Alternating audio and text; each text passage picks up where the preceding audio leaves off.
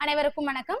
நம்ம இன்னைக்கு பார்க்க போற தலைப்பு பக்தி இலக்கியங்கள்ல திருமழிசை ஆழ்வார், பேயாழ்வார், நம்மாழ்வார், மதுரகவி ஆழ்வார். சரிங்களா? டாபிக் உள்ள போயிடலாம்.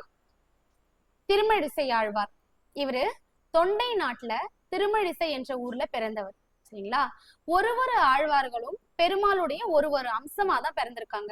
அப்படி பார்க்கும்போது இவரு பெருமாளுடைய சுதர்ஷன் சக்கரம் அப்படின்ற ஒரு சக்கரத்தோட ஒரு அம்சமா தான் இவர் பிறந்திருக்காரு. சரிங்களா? இவரு பேயாழ்வார்கிட்ட உபதேசம் வாங்கிட்டு கணிக்கண்ணன் என்பவரை தன்னுடைய சீடரா வச்சுக்கிட்டு திருவைக்கால இருக்கக்கூடிய காஞ்சிபுரம், அதாவது காஞ்சிபுரத்துல தான் திருவைக்கா இருக்கும். சரிங்களா? அந்த காஞ்சிபுரத்துல இருக்கக்கூடிய பெருமாளை தரிசிக்கிறாரு. பின் கும்பகோணம் போயிட்டு அங்க இருக்கக்கூடிய பெருமாளையும் இவர் தரிசிக்கிறாரு. அடுத்து இவர் என்னன்னு சொல்றாங்க அப்படின்னு பாத்தீங்கன்னா, பக்திசாரர், திருமழிசை பிரான், குடமுக்கீர் புலவர் அப்படின்னு சொல்லிட்டு பல பேர்கள்ல வந்து அழைக்கிறாங்க. இவர் என்னென்ன நூல்லாம் எழுதியிருக்காங்கன்னு பாத்தீங்கன்னா, நான்முகன் திருவந்தாதி, திருச்சந்த விருத்தம். ஓகேவா? அடுத்து பேயாழ்வார். சரிங்களா?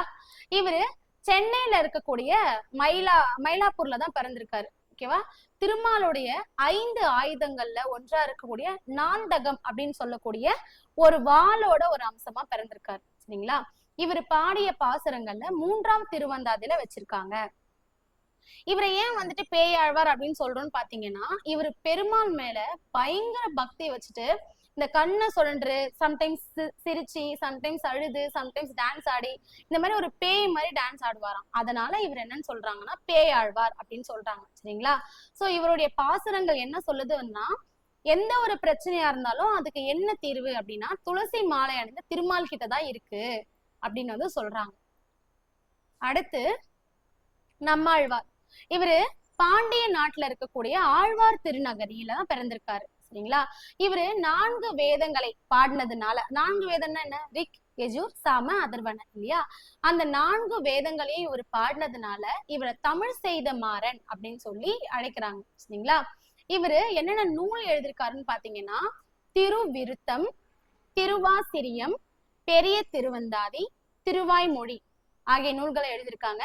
சோ இந்த நூல்கள்லாம் பாத்தீங்கன்னா ரிக், யஜுர், சாம, அதர்வன இந்த 4 வேதங்களுக்கும் இணையானவை அப்படின்னு சொல்லிட்டு வைணவ சமய அறிஞர்கள் நிறைய பேர் வந்து பாராட்டுறாங்க. சரிங்களா?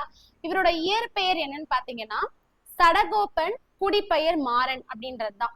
இவருக்கு சில சிறப்பு பெயர்களும் இருக்கு. என்னன்னு பாத்தீங்கன்னா குருகூர் நம்பி, வகுலாபரண பராங்குசன், காரி மாறன், வழுதி வளநாடன்.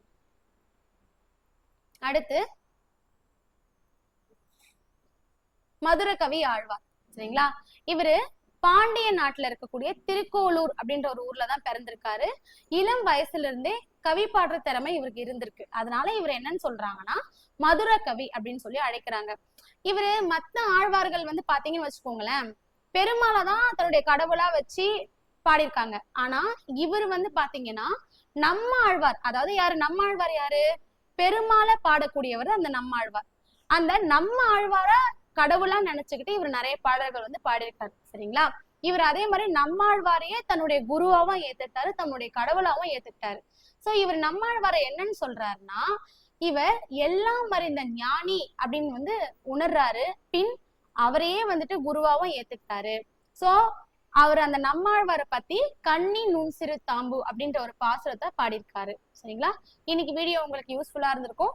தொடர்ந்து ஆழ்வார்களை பத்தி தெரிஞ்சுக்கணும் அப்படின்னா சேனலை சப்ஸ்கிரைப் பண்ணி பாருங்க. தேங்க்ஸ் ஃபார் வாட்சிங்.